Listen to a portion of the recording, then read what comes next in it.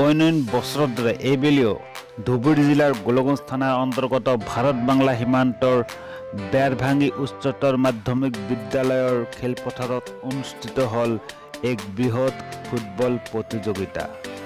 বেৰভাঙি ক্ৰীড়া সংস্থাৰ উদ্যোগত অনুষ্ঠিত হোৱা এই ফুটবল প্ৰতিযোগিতাত নামনি অসমৰ কেইবাটাও উল্লেখনীয় ফুটবল ক্লাবে অংশগ্ৰহণ কৰে আৰু আপোনালোকে চাই আছে সেই দৃশ্য বেৰভাঙি উচ্চতৰ মাধ্যমিক খেলপথাৰত অনুষ্ঠিত হোৱা ফুটবল খেলৰ দৃশ্য।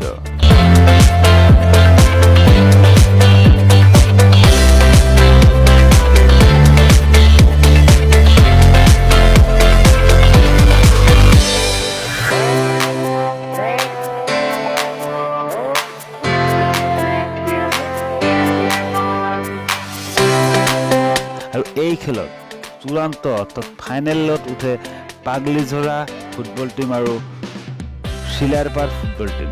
আৰু পাগলীঝৰা ফুটবল টীমে 1-0 গলত জয়লাভ কৰে। এয়া আপোনালোকে চাই আছে বেৰভাঙিৰ দৃশ্য। ধুবুৰী জিলাৰ ভাৰত বাংলা সীমান্তৰ বেৰভাঙি উচ্চতৰ মাধ্যমিক বিদ্যালয়ত অনুষ্ঠিত হোৱা ফুটবল খেলৰ দৃশ্য।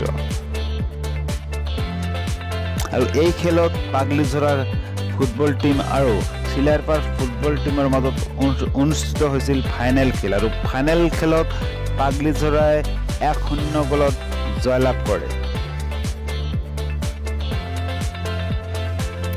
এয়া চাই আছে আপোনালোকে ফুটবল খেলৰ দৃশ্য। ধুবুৰী জিলাৰ ভাৰত বাংলা সীমান্তৰ বেৰভাঙি খেলপথাৰত অনুষ্ঠিত হোৱা ফুটবল খেলৰ দৃশ্য। এই ভিডিঅ' ভাল লাগিলে শ্বেয়াৰ কৰিব আৰু ছাবস্ক্ৰাইব কৰিব মোৰ YouTube channel times of Dhubri. ধন্যবাদ।